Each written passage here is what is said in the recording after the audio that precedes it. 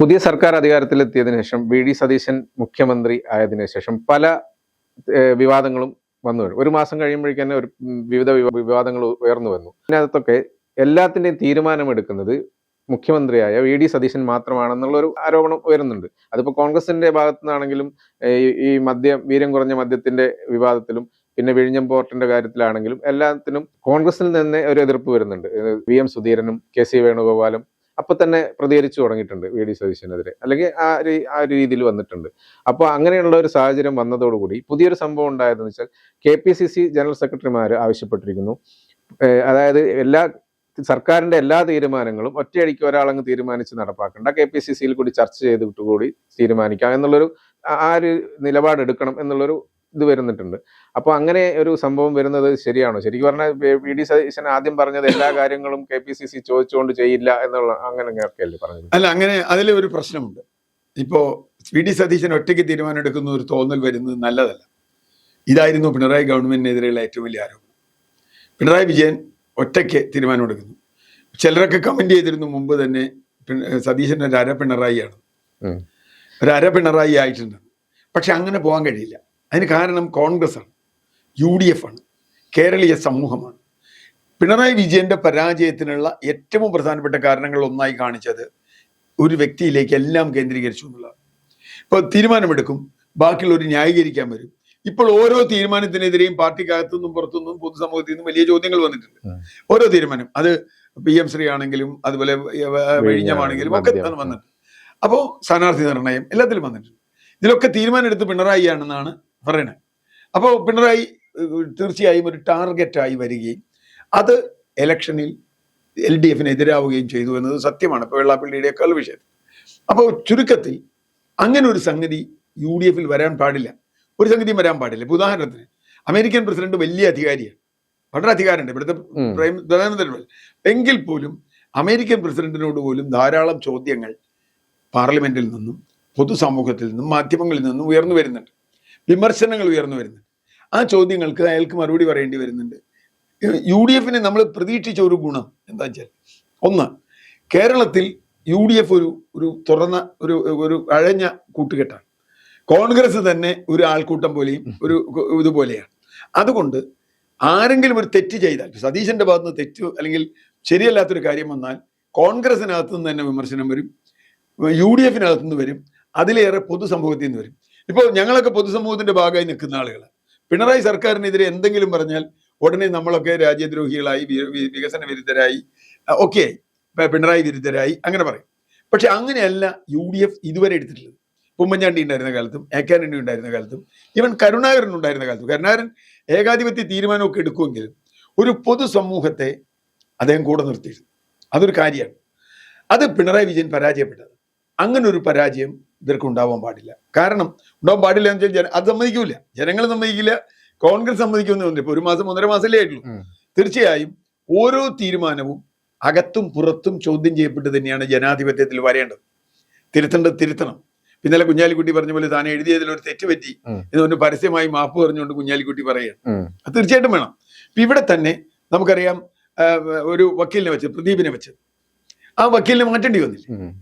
സണ്ണി ജോസഫിന്റെ അളിയനെ വെച്ചു, അത് മാറ്റേണ്ടി വന്നു. ഞാൻ പറഞ്ഞു, മാറ്റുന്ന ഒരു തെറ്റല്ല. ഇപ്പൊ സണ്ണി ജോസഫിന്റെ അളിയൻ യോഗ്യതയുള്ള ആളാണോ അല്ലയോ എന്നുള്ളത് വേറെ കാര്യം. സണ്ണി ജോസഫിന്റെ അളിയനാണെന്നുള്ളത് നിങ്ങൾ ഒരു തിരിച്ചൊന്ന് ആലോചിച്ച് നോക്കൂ. ശ്രീമതി ടീച്ചറുടെ മരുമകളെ വെച്ചു, വലിയ എതിർപ്പ് വന്നു. അവർക്ക് ഒരു ക്വാളിറ്റി ഉണ്ടായിരുന്നില്ല. കുക്കായിട്ട് വെച്ചു, പിന്നെ സെക്രട്ടറി ആക്കി. CPM മാറ്റിയില്ല. വെള്ളാപ്പള്ളി നടേശനെതിരെ ഇത്ര വിമർശനം വന്നു, CPM നിലപാട് മാറ്റിയില്ല. പക്ഷെ ഇവിടെ അത് മാറ്റേണ്ടി വരും. ഇവിടെ മാറ്റേണ്ടി വരുന്നുണ്ട്, മാറ്റാതെ പറ്റില്ല. കാരണം ജനാധിപത്യം അതാണ്. അല്ലാണ്ട് ഒരാൾ പറയുന്നത് എല്ലാവരും അംഗീകരിച്ച് നടക്കുക എന്നുള്ളത് ജനാധിപത്യത്തിലില്ല. ഇപ്പൊ ഉദാഹരണത്തിന് മദ്യനയത്തിന്റെ കാര്യത്തിൽ അത് വാദത്തിന് വേണ്ടി സതീശൻ വലിയ താർക്കികനാണ്. അതുകൊണ്ട് തർക്കം കൊണ്ട് ആളുകളെ ജയിക്കും. താത്വികമായി പറഞ്ഞ് ശരിയാണ്. ഇപ്പോ സതീശൻ എടുത്ത തീരുമാനം ഒരു പരിധി കഴിഞ്ഞപ്പോ ഇപ്പൊ ഏതാണ്ട് UDF അംഗീകരിച്ച മാതിരിയാണ് ഞാൻ കാണുന്നത്. ആദ്യ എതിർപ്പൊക്കെ കാരണം പിന്നെ സതീശൻ വളരെ കൃത്യമായിട്ട് വിശദീകരിച്ചു കൊടുക്കുന്നു. അതില് മദ്യം വിൽക്കണോ വേണ്ടയോ എന്നുള്ളത് UDF തീരുമാനിക്കും. വിറ്റാൽ ടാക്സ് എത്രയാന്നുള്ളത് ധനമന്ത്രി തീരുമാനിക്കും. അതാണ്. അപ്പൊ ഞാൻ പറഞ്ഞത് അതൊക്കെ സതീശുണ്ട്. ഇപ്പൊ വിഴിഞ്ഞത്തിന്റെ കാര്യത്തിൽ എനിക്ക് തോന്നുന്നു ആവിയായി പോകാനാണ് സാധ്യത. വിഴിഞ്ഞം കോൺട്രവേഴ്സിയൊക്കെ ആവിയായി പോകും. കാരണം ഒന്നും ഉണ്ടാവില്ല. ഇപ്പൊ PM ശ്രീ ഇതിന്റെ പ്രശ്നം ഇപ്പൊ PM ശ്രീ കമ്മിറ്റിയെ വെച്ചു, കഴിഞ്ഞ ഗവൺമെന്റ് കമ്മിറ്റിയെ വെച്ചു, ഈ ഗവൺമെന്റ് കമ്മിറ്റിയെ വെച്ചു. അപ്പോൾ അതെന്തുകൊണ്ടാണ് കമ്മിറ്റിയെ വെക്കേണ്ടി വന്നത് UDFന്റെ കോൺഗ്രസിന്റെ ഭാഗത്തു നിന്നുള്ള എതിർപ്പ് കൊണ്ടാണ്, പൊതുസമൂഹത്തിനാണ്. അപ്പൊ KPCC തീർച്ചയായും ഇടപെടണം. ഞാൻ പറഞ്ഞ ദിവസവും രാവിലെ ഏതൊക്കെ ഫയൽ വേണമെന്ന് പണ്ട് VS അച്യുതാനന്ദന്റെ ഇതുപോലെ സെക്രട്ടേറിയറ്റ് AK സെന്ററിൽ കൊണ്ടുപോയി സെക്രട്ടേറിയറ്റിൽ ഫയൽ മുഴുവൻ AK സെന്ററിൽ കൊണ്ടുപോവുക, അവിടുന്ന് ഒപ്പിടിച്ച് അത് വരണം നോക്കിയിട്ട് മാത്രം കൊടുക്കുക എന്നത് വേണമെന്നൊന്നും ഞാൻ പറയുന്നില്ല. UDFന്റെ അംഗീകരിച്ച നയങ്ങൾ, പൊതുവായ UDFന്റെ പരിപാടിയുണ്ട്. പിന്നെ ഇപ്പൊ UDFന്റെ ഏറ്റവും വലിയ പ്രശ്നം എന്താ? KPCക്ക് ഒരു പ്രസിഡന്റ് ഇല്ല, ഒരു ലൈസൺ കമ്മിറ്റി ഉണ്ടായിട്ടില്ല. ഒരു ലൈസൺ കമ്മിറ്റി, ഒരു ഏകോപന സമിതി വേണ്ടേ? ആ ഏകോപന സമിതി ഇതുവരെ ഉണ്ടായിട്ടില്ല. അപ്പൊ യഥാർത്ഥത്തിൽ ഇങ്ങനെയുള്ള ഒരു ജനാധിപത്യ സമൂഹത്തിൽ ഈ സമിതികളൊക്കെ ഉണ്ടാവണം. ലൈസൺ കമ്മിറ്റി ഉണ്ടാവണം, KPCCക്ക് നേതൃത്വം ഉണ്ടാവണം, കക്ഷികൾ തമ്മിലുള്ള ചർച്ച നടക്കണം, തെറ്റ് വന്നാൽ തിരുത്തണം, തിരുത്തിക്കൊണ്ട് മുമ്പോട്ട് പോകണം. ഇത് സ്വാഭാവികമാണ്, ഗവൺമെന്റ് ചെയ്യണം. പ്രത്യേകിച്ച് UDFൽ എന്നും വിവാദം ഉണ്ടായിട്ടില്ല. ഉമ്മൻചാണ്ടി ഭരിക്കുമ്പോഴും ആന്റണി ഭരിക്കുമ്പോഴും ആര് ഭരിക്കുമ്പോഴും UDFൽ ഈ വിവാദം ഉണ്ടായിട്ടുണ്ട്. UDFനകത്തുനിന്ന് തന്നെ വിവാദങ്ങൾ ഉയർന്നു വന്നിട്ടുണ്ട്. ഇപ്പൊ ഉമ്മൻചാണ്ടി ഭരിക്കുമ്പോഴാണല്ലോ കടുംവെട്ട് എന്ന് സുധീരൻ ഉന്നയിക്കുകയും സതീശൻ അടക്കമുള്ള ആളുകൾ അതിനെ ഇൻഡയറക്റ്റായി സപ്പോർട്ട് ചെയ്യുകയൊക്കെ ചെയ്തിട്ടുണ്ട്. അപ്പൊ അത് ഇനി ഉണ്ടാവാൻ പറ്റില്ല. അങ്ങനെ ഉണ്ടാവണമെങ്കിൽ തീർച്ചയായും KPCC ഇപ്പോൾ ഒരു പാർട്ട് ടൈം പ്രസിഡന്റാണ് KPCC ഉള്ളത്, അതെന്തായാലും മാറണം. സണ്ണി ജോസഫിന് ഇനി KPCC പ്രസിഡന്റ് ആയിരിക്കാൻ പറ്റില്ല. അപ്പൊ ആര് KPCC പ്രസിഡന്റ് ആവണം, അത് തീരുമാനം വേണം. യൂത്ത് കോൺഗ്രസിന് പ്രസിഡന്റ് ഇല്ല ഇപ്പോ, അതെ, യൂത്ത് കോൺഗ്രസിന്റെ പ്രസിഡന്റ് ഉണ്ടാവണം. അങ്ങനെ സംഘടനാപരമായി ഇത് നിയന്ത്രിക്കപ്പെടും. ഞാൻ നിയന്ത്രിക്കപ്പെടുക എന്ന് പറഞ്ഞാൽ നേരത്തെ പറഞ്ഞതുപോലെ സതീശൻ എല്ലാ കാര്യവും രാവിലെ വിളിച്ച് KPCC പ്രസിഡന്റ് ഇത് ചെയ്തോട്ട് ഇവിടെ ഒപ്പിട്ടോട്ടെ എന്ന് ചോദിക്കലല്ല. അതൊരു ഒരു ഒരു മിനിമം പരിപാടിയുണ്ട്, ഒരു മിനിമം ലൈൻ ഉണ്ട്, നയങ്ങളുണ്ട്, അതനുസരിച്ച് പോകണം. അങ്ങനെ പോകുമ്പോൾ പാർട്ടികൾക്ക് കറക്ഷൻ, ഇന്റേണൽ കറക്ഷൻ, ചില ഇപ്പൊ മദ്യനയം ഉദാഹരണത്തിന് UDFൽ വെച്ചു വെച്ച് കഴിഞ്ഞാൽ മദ്യനയം വേണ്ട, UDFന്റെ സബ് കമ്മിറ്റി അല്ലെങ്കിൽ കമ്മിറ്റി വേണ്ടെന്ന് വെച്ചാൽ വേണ്ട, വിൽക്കണ്ട, പ്രശ്നമൊന്നുമില്ല. ടാക്സ് അവിടെ ഉണ്ട്, ടാക്സ് എന്തിനൂടാ, ടാക്സ് ഇട്ട് എല്ലാ സാധനം വിറ്റോളുന്നില്ല രാജ്യത്ത്. അങ്ങനെ ഒരു ഗുണമുണ്ട്. അതുപോലെ PM ശ്രീയിൽ ഇപ്പൊ എന്താ ചെയ്യാൻ പോണെന്ന് എനിക്കറിയില്ല. PM ശ്രീക്ക് ഇവരുടെ ഞാൻ കാണുന്നത് സതീശന്റെ ഏറ്റവും വലിയ അഡ്വാൻറ്റേജ് ഇതൊന്നുമല്ല, പ്രതിപക്ഷത്തിന് ഇതിനൊന്നും ചോദ്യം ചോദിക്കാനുള്ള യാതൊരു ധാർമ്മിക അവകാശമില്ല എന്നുള്ളതാണ്.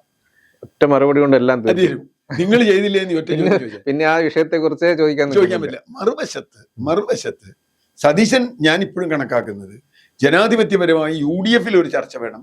അത് മാത്രമല്ല, ഈ തെരഞ്ഞെടുപ്പിൽ UDFനെ ജയിപ്പിച്ചത് UDF മാത്രമല്ല, കേരളത്തിൽ ഒരു പൊതു സമൂഹമുണ്ട് എന്ന് സതീശൻ തന്നെ തിരിച്ചറിഞ്ഞിട്ടുണ്ടെന്ന് ഞാൻ മനസ്സിലാക്കുന്നു. കാരണം സതീശൻ തന്നെ പറഞ്ഞിട്ടുണ്ട്, CPM-കാരാണെന്ന് വിചാരിച്ചു നമ്മൾ അവരോട് പിണങ്ങരുത് ഇലക്ഷൻ കാലത്ത്. കാരണം അവരും ചിലപ്പോൾ നമുക്ക് വോട്ട് ചെയ്യുന്നവരാണ്. ഒരുപാട് CPM-കാർ UDFന് വോട്ട് ചെയ്തിട്ടുണ്ട്, ഒരുപാട് മറ്റു പാർട്ടിക്കാർ വോട്ട് ചെയ്തിട്ടുണ്ട്, ഒരുപാട് നിഷ്പക്ഷർ വോട്ട് ചെയ്തിട്ടുണ്ട്. എന്തുകൊണ്ടാണ്? പിണറായി വിജയന്റെ ഗവൺമെന്റിനെതിരായ ഒരു വികാരം ഇവിടെ വന്നിട്ടുണ്ട്. ആ അർത്ഥത്തിൽ ആ പൊതുസമൂഹത്തിനെയാണ് സതീശൻ ഏറ്റവും കൂടുതൽ ഭയക്കേണ്ടതെന്ന് ഞാൻ വിചാരിക്കുന്നു. ആ പൊതുസമൂഹം അങ്ങോട്ട് മാറിയാൽ ഈ ഇലക്ഷൻ റിസൾട്ട് തിരിച്ചു മാറാം. മാത്രമല്ല, ഇപ്പോഴൊരു കുഴപ്പം എന്താ വെച്ചാൽ CPM വളരെ വീക്കാണ്. ഇതുവരെ LDFന്റെ കമ്മിറ്റി കൂടാൻ കഴിഞ്ഞിട്ടില്ല. LDF കമ്മിറ്റി ഇതുവരെ കൂടിയിട്ടില്ല. 2 മാസം കഴിഞ്ഞു, ഇലക്ഷൻ കഴിഞ്ഞിട്ട് 2 മാസം കഴിഞ്ഞു, കൂടിയിട്ടില്ല. എന്താ കൂടാത്തത് എന്ന് വെച്ചാൽ പറ്റിയിട്ടില്ല. അപ്പൊ ഓരോ കാരണം പറയാണ്, അവിടെ വിമർശനങ്ങൾ, തോറ്റതിന്റെ കാരണങ്ങൾ. അത് മാത്രമല്ല, ഇപ്പൊ ഉപനേതാവ് വേണം, അങ്ങനെയുള്ള പ്രശ്നങ്ങളൊക്കെ ഉണ്ട്. അങ്ങനെ ഒരു ഘട്ടത്തിൽ അത് സതീശന്റെ ഗുണമായിട്ട് എടുക്കരുത്. കാരണം ഇവിടെ വേറൊരു പ്രതിപക്ഷവും കൂടി ഉണ്ട്, BJP ഉണ്ട്. 3 അംഗങ്ങൾ. ഇവരുടെ തല്ലിന്റെ അഡ്വാൻറ്റേജ് BJPക്ക് കിട്ടാതിരിക്കേണ്ട ഒരു ചുമതലയും കൂടി, അതൊരു കാര്യമുണ്ട്. BJPക്ക് കിട്ടാതിരിക്കേണ്ട ഒരു ചുമതലയും. ആ അർത്ഥത്തിൽ തീർച്ചയായും വളരെ ശ്രദ്ധയോടുകൂടിയ സതീശന് പോകാൻ പറ്റൂ. എടുത്തുചാട്ടങ്ങൾ വളരെ കുഴപ്പങ്ങൾ ഉണ്ടാക്കും, ചീത്തപ്പേരുണ്ടാക്കേണ്ട കാര്യമില്ല. മാറ്റുക എന്നുള്ളത് തെറ്റല്ല, പക്ഷെ മാറ്റാതെ ശരിയായ തീരുമാനം ആദ്യം എടുക്കുക എന്നുള്ളതാണ് കൂടുതൽ ശരിയായ കാര്യം. അതിന് KPCC ഉണ്ടാവണം, അതിന് ലൈസൺ കമ്മിറ്റി ഉണ്ടാവണം, അതിന് ചർച്ച നടക്കണം. ആ ചർച്ചയിൽ നിന്ന് ഉരുത്തിരിയുന്നതായിരിക്കണം സതീശന്റെ തീരുമാനം.